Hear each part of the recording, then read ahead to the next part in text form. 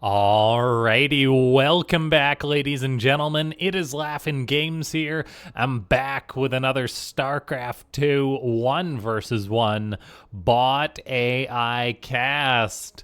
You guys have requested you want to see more of the best bot, and I'm happy to oblige. So we've got NegativeZero in the bottom left, the Protoss killer, or the killer Protoss, I guess. And then we have got ANIBot in the upper left, a lot of people's favorite bot. And yes, we'll just see how it's going to do against NegativeZero. It might have its hands a little bit full, but anything can happen in these bot matches. And so, ladies and gentlemen, before we get too far into this one, make sure to go ahead, click that like button if you haven't already. If we can get, I don't know, let's go for 80 likes since ANIBot just had 80 minerals. And then leave a comment down below if you want to see more of these bots, say more bots or yell more bots, whatever you enjoy. And then subscribe. If you're not already subscribed, there is going to be big news regarding pro bots at some point in the future here. And you don't want to miss it, as these bot tournaments are very fun to watch. Now, we have got NegativeZero going for a probe scout saying blocked ramp, but this is where the ramp wasn't blocked actually, which is interesting. Hold on. I'm gonna do a rewind. I'm sorry there, guys. Let's take a look here. Trying to do my intro, and then NegativeZero goes and does something funny. So it tries to get up there, and it does get in, and then it says blocked ramp. That's very bizarre. Yeah, I wonder what the deal with that is, but NegativeZero does just send the probe home, and it has seen a barracks being constructed. The timing on it's definitely odd, because the first racks for ANIBot was built across the map, but I'm wondering whether NegativeZero is actually going to react to this. It is currently going for a second gateway, and it's got a cyber core on the way, but I'm curious whether we will get an expo being thrown up or what. NegativeZero is known for being pretty on point when it comes to knowing whether to expand or not. And we do get a shield battery on the way, so it is aware of cheese coming. The probe or the SCV for ANIBot crosses the map, goes for blood. Will it actually kill this? Oh, it chickens out, I think. I think it would have been a coin toss. No, the SCV would have won. It had 10 HP.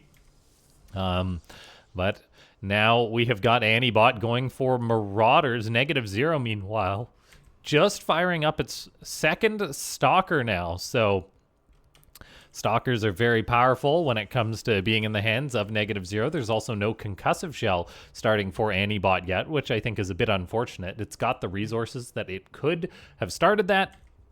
Instead, it's just waiting. NegativeZero then saying early 154 seconds. I just believe that corresponds to the move out times in this game. So the Stalker is moving out, getting aggressive. I'm not sure what prompted this, but this could actually work out very poorly for NegativeZero. Stalkers are only good at defending Marauders when they're on a shield battery. Now, ANIBot sees that there is a Stalker poking up its ramp. The Marauders are actually going to go on in, so NegativeZero, a very aggressive bot, has decided to attack the Terran, but this could really hurt it, because now there's only a Zealot back at home to defend against Marauders. These Marauders are going to give the Zealot a hug. The Zealot doesn't try and retreat, which may or may not have been the right move. It does actually get a lot of surface or a lot of damage done on the Marauders, and look how aggressive the programming is of ANIBot. This is definitely not ideal, as the Marauders are now starting to kite back, but it's way too late. I think NegativeZero must have actually recalled there. Apologies for missing that. I was just in disbelief as these Marauders decided to try and give the Zealots a hug, and so it does look like ANIBot's cheese is gonna not live up to its potential. And yeah, NegativeZero did actually use a recall there. Behind this, the Terran does have a command center getting up. It's not really in any danger of counterattack immediately, as it did trade out for 3 Zealots and a Stalker for 5 Marauders. ANIBot still has 3 Marauders out on the map, and it's actually trying to get aggressive. Now, this is not good. What's also not good is the lack of combat shield here, or pardon me, concussive shell. There's no reason why you wouldn't get Concussive Shell when Marauder rushing. It is such a good upgrade. It's kind of what the Marauders hinge on early game, and we see the Marauder trying to path into the Zealot's face once again, which is a prime example of how generally in bot matches being aggressive and like having your units sort of step forward is a good idea. When it's a situation like a melee unit against a ranged unit, you maybe want an exception. So a little bit of a hole there in ANIBot's play.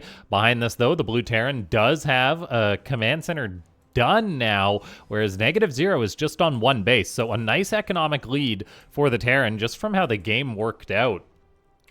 Sometimes your cheese doesn't necessarily need to get damage done, and it can actually just work off of... Your cheese can actually just work off of your opponent's overreaction in a way. And now, whether NegativeZero's reaction is an overreaction completely depends on how well these Marauders are going to defend against 17 Zealots. NegativeZero has just switched into Zealot building mode and is going to try and kill ANIBot. We've got Warpgate working overtime, so NegativeZero can spend all its money, and ANIBot's going to have its hands full. I'm really praying these Marauders actually kite, and they do not try and hug the Zealots. Do not hug the Zealots. Do not. They're thinking about it. Just hopefully they do retreat for ANIBot's sake. We don't have Concussive Shell, but the Marauders are kiting back, which is very important.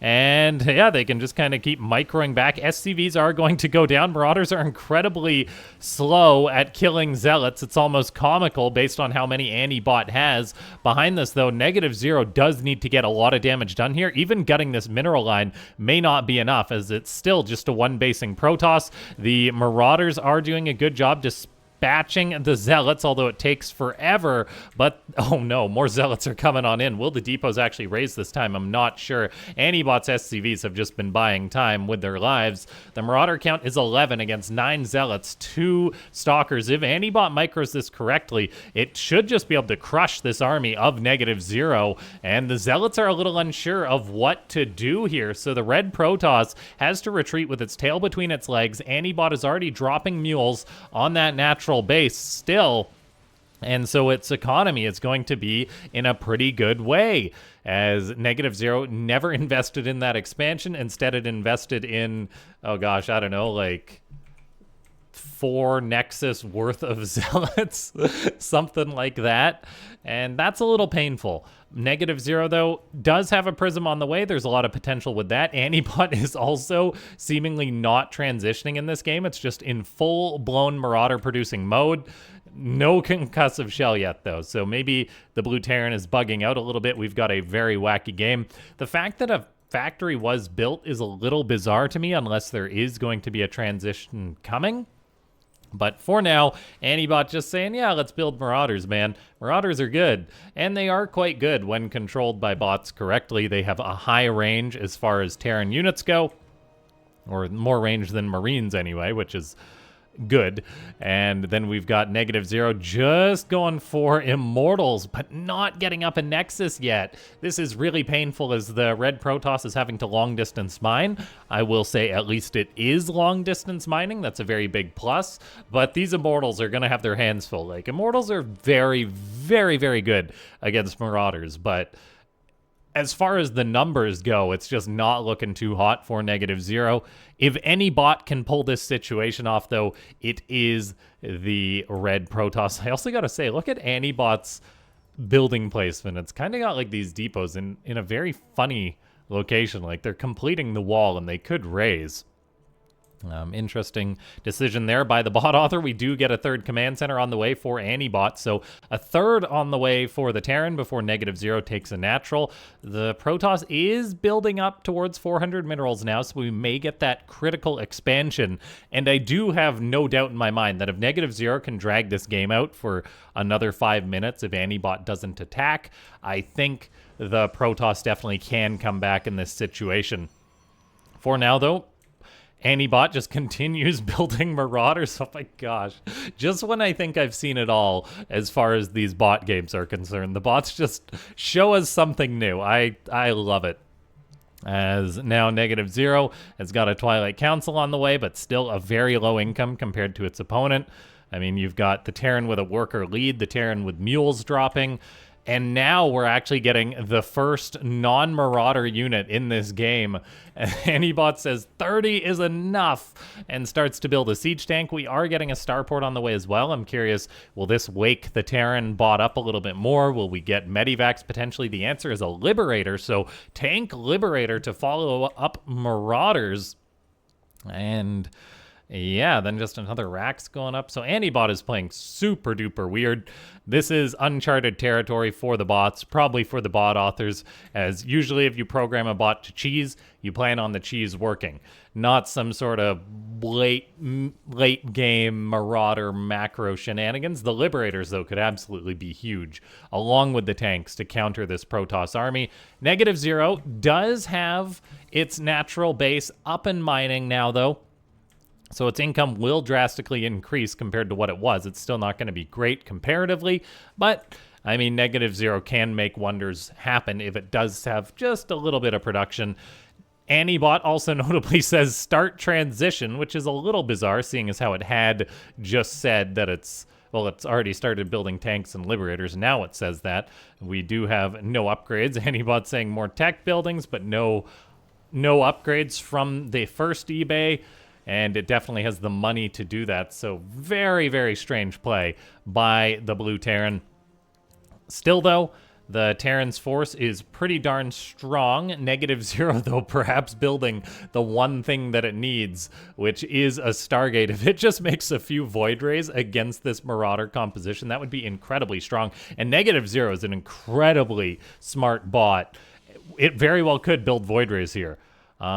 Just based on the fact that it's seeing only ground units. Nothing of the sort, though, and no fleet beacon either, so we'll have to keep eyes on that. The choice is going to be Phoenix, which is a little bizarre. ANIBot behind this is getting up a Fusion Core 2, so there very well could be battle cruisers. We're getting more tech labs added on, Medivacs being produced.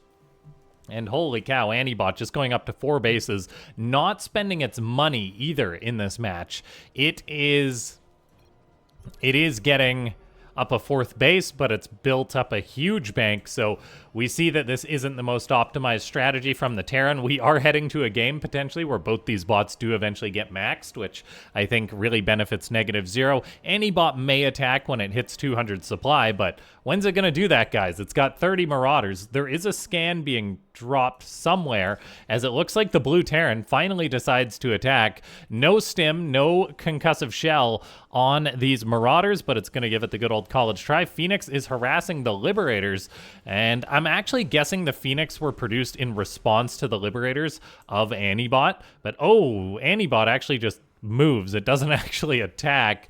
We are getting, I think, just air units at this point from the Blue Terran, as it throws up another starport. All the starports are occupied. And then we have got... Okay, ANIBot all of a sudden wakes up. I have no idea what just happened here. Bots are so funny, man. We get stim, we get concussive shell, advanced ballistics, +1, and a 5th command center on the way. But this could be a very, very anti-timing for ANIBot if it fights before all these nice upgrades are done. But hey, it's still got quite a force, but NegativeZero does have charge on these Zealots. That's going to make them phenomenal. And the fight is happening before concussive shell, but NegativeZero is really respecting this big old Marauder ball. The tanks are very isolated. The Marauders are just walking forward and are being butchered by the Immortals. Oh no, ANIBot, you had so much potential. And it finally woke up, but a big, big throw by the Blue Terran. As the Phoenix of NegativeZero are doing work, the Blue Terran can potentially just remax off of this. We saw that huge bank. It is building 8 more Marauders at a time. The Marauders will soon have stim. They've now got concussive shell, but NegativeZero is a killer, and it is not going to give ANIBot the time. I don't think Marauders starting to kite back. They're going to have to work very hard as these Zealots are coming forward. Concussive shell is finally done. The SCVs are huddled in a corner. That's horrible. There's no way out for them, it seems. The Marauders are having a lot of ground bought for them, though, as these Zealots are kind of just bogging up a little bit. Marauders now kiting back, but oh, there's so many Immortals here for NegativeZero as ANIBot just tries and tries. The Immortals are going through a terrible, terrible choke point. ANIBot's got a tank in the back sieging up, another tank on the way out. There is a world in which ANIBot can survive. It's also got a lot of Vikings, whereas NegativeZero is building Tempest, which will be kind of useless in this situation. The bio does stim as NegativeZero moves forward with its Immortals. It loses a couple of them as the tanks hold firm. The Blue Terran does still have a pretty solid economy behind this. NegativeZero, though, getting up to that scary level of Protoss economy, having 4 bases. It allows this bot that is so efficient with its units to just have a plethora of units, and that's really a winning situation for NegativeZero. We'll see if ANIBot can make something happen, though. It's got 1-1 done, so these Marauders will do better. Vikings are landing as well. They're pretty good against most Protoss units. And then we have got the tanks in the back, but NegativeZero crashing the gates, moving forward as these Marauders are pulling back. And again, we've got ANIBot backed into its main base with Marauders against Mass Immortal. That is not a good situation for the Terran. Some of the Immortals are getting incredibly softened up, but now NegativeZero is doing what it does best, and that is hitting multiple locations. That's really going to slow the economy of ANIBot down. It won't be able to replace enough units. If the SCVs were pulled, that would really help if they actually attacked these Immortals, but we're not seeing that. Can ANIBot hold on? It's not looking great, but there's always a chance as NegativeZero may have overextended a little bit. It does lose some of those Immortals. It's now losing the Stalkers. This base, though, has been forced off. But look at this. Vikings do find a Tempest. That's a good pickoff. ANIBot has got lots of bases it can move around. And the Blue Terran stays alive, getting its economy back on track. This base was getting back to mining. However, a Zealot and a Stalker are trying to interrupt that. A Tempest rolls on up too, so ANIBot just not able to produce enough stuff at this point. It seems that big bank it had at one point is gone. Marauders are doing what they can, but NegativeZero microing with the Warp Prism. There is a Viking to drive that Prism back, but again, I think we've reached the numbers point in this game where even if ANIBot takes okay trades, it's just too far behind. And yeah, look at this. NegativeZero just all over the place all the time with its units, just controlling them independently so darn well. SCV's running all over the place. They're not sure what to do. ANIBot does have the gold base online, so that's really going to help out. NegativeZero's army is actually tiny as well, as it's heavily bottlenecked by gas right now. But ANIBot just building Marauders against Immortals. That's not what you want. The Immortals, they can regenerate shields. They've got their hardened barrier. Literally, ANIBot might be better off fighting with the SCVs at this point because they're actually pretty good against Immortals with their slow rate of fire. And yeah, just no SCVs being pulled into the fight means it's just a trickle of Terran units to their death.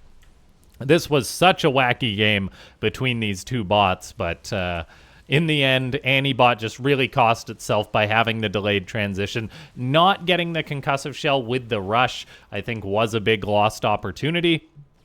And yeah, it just goes to show that NegativeZero is generally pretty good in the way that it plays. Even if it gets down, it will sometimes just wait and let its opponent make mistakes, like attack on in.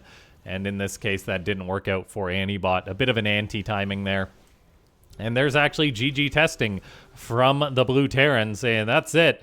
And that is it. So ladies and gentlemen, if you watched until the end of this video and you haven't already, click that like button, leave a comment down below saying more bots. If you want to see more of these bot matches, subscribe. And again, big thanks to everyone who is a YouTube member. If you're a bot author, I recommend you join the Discord. And just for tournament announcements, that kind of thing. And I'll see you guys next time.